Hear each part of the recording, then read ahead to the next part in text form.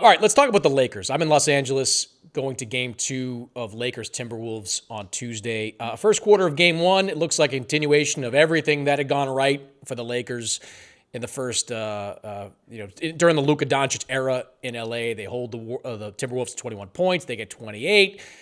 Luka's shooting the ball well, and all of a sudden the wheels come off the wagon, Fred, in the second quarter of that game, and Minnesota goes on to win by 22. They shoot above 50% from the floor, above 50% from three-point range. We're going to get into that. The Lakers' offense, it malfunctioned, sub 40% from the floor, sub 40% from three. So along the lines of how you kind of assessed Houston, like you didn't feel like that was a typical Rockets game. What did you make of the way the Lakers played and the Timberwolves played the other night? I understand that the Timberwolves are probably not going to shoot 54% from three for the rest of the way. However, in some facets, you mentioned the second quarter, for example. In some facets, that felt like a Timberwolves game. And the reason why I say that is because there is a reason why Naz Reid is a cult hero in that entire state. And Naz Reid comes in and he bangs in 4 out of 4 threes in that quarter. And look, I know he's not a finalist for the award this year, but I put Naz Reid second for Sixth Man of the Year on my ballot. Which is a reasonable take, by the way, a very reasonable take. And my justification for it was I feel like a really good sixth man. I shouldn't even say really good. I feel like a great sixth man is somebody who, beyond the numbers, comes into a game and injects a different type of energy and or style and or ability than what you already had. And Naz Reid is sort of the great opener of whatever the Wolves want to do at any given moment. When the Wolves want to go big, what do? They put in Naz Reid. When the Wolves want to go small, what do? They put in Naz Reid. It just depends on who they're subbing for. He opens up all these identities. They were like plus 8.2 per 100 possessions with him on the court this year. It's not a coincidence. The dude can get really hot, especially when you're laying off of him. He is great shooting off of those swings. And by the way, when you do close out on him because he's hitting his threes, he's actually one of the better bigs in the league at catch and goes. Like, he's really good at just fielding the ball, noticing where the defender's footwork is, and then going straight to the rim. I understand that like Naz Reid was on fire. I understand that Jaden McDaniels was on fire and that the Lakers were like, you want to take those shots? Go for it. And then he did, and he made them, and props to him. And again, I don't think this is indicative of some kind of blowout, but I do think the Timberwolves are capable of playing this way. That team had played great basketball towards the end of the season. The Lakers played really good basketball towards the end of the season. But this team has been on fire for about a month and a half or 2 months now on both sides of the ball. Going into the playoffs, there were 4 teams who finished the regular season top 10 in both offense and in defense. You want to talk about the most balanced teams in the league, the teams that really have a chance to win the title. One of those teams is Boston, obviously a title contender. One of those teams is Oklahoma City, obviously a title contender. One of those teams is Cleveland, obviously a title contender. And then the 4th team is the Minnesota Timberwolves, who are 6th and 8th in offense and defense. That is a well-balanced team. That is a really good team. If Julius Randle's going to hit 4 threes, you tip your cap. But it wasn't, that's a team that's capable of just playing unbelievably good basketball. They're deep. The shot making was too high. The overall performance, I was like, these are the Timberwolves I've been watching for the last month and a half. This team's good, man. This team is really good.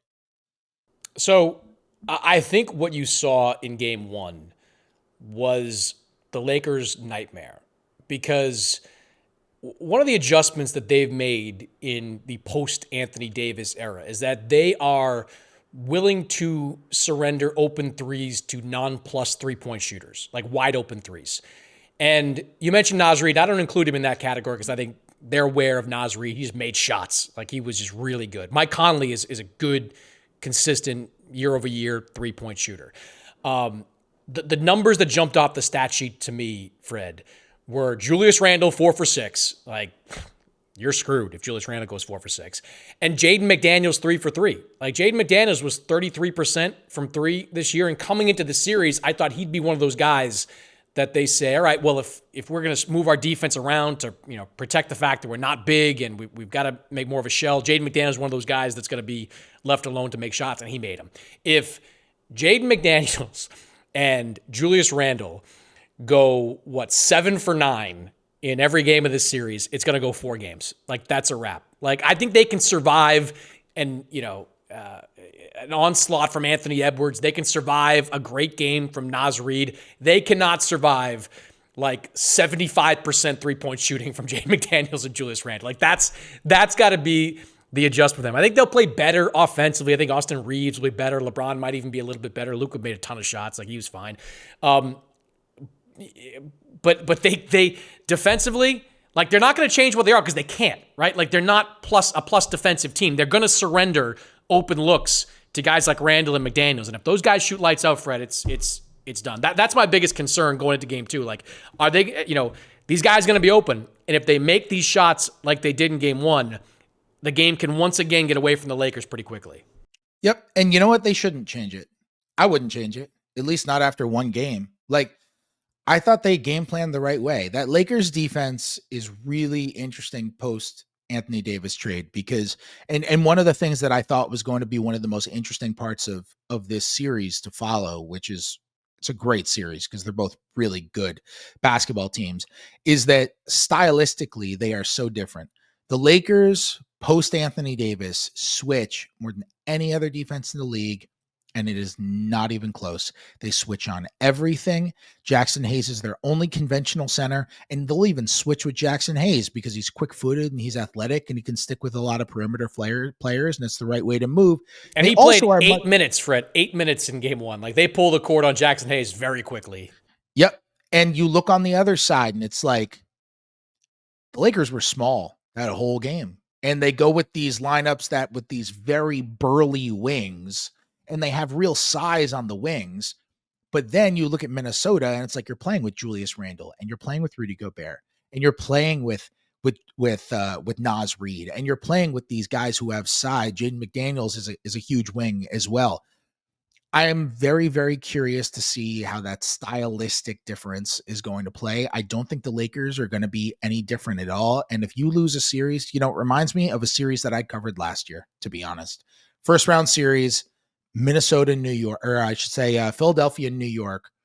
Philadelphia comes into that series deciding not only are we going to sag off of Josh Hart, who's not a three-point shooter, we are going to pretend like he is not even on the court.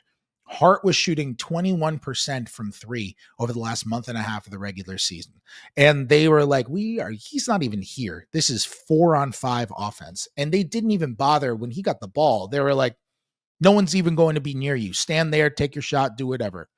Josh Hart hit 4 threes in each of the first 3 games of that series. And the Knicks won that series in 6. And if Josh Hart goes 0 for 3 and then stops taking them in game 1, and he goes 0 for 2 and stops taking them in game 2, I don't think the Knicks win that series. I think Josh Hart hitting his threes is what won them the series. And I feel similarly to McDaniels. McDaniels, for what it's worth, it wasn't just that he went 3 for 3 from 3. What he was doing is he was using that space in order to cut, in order to create momentum going to the rim because he's a really great athlete.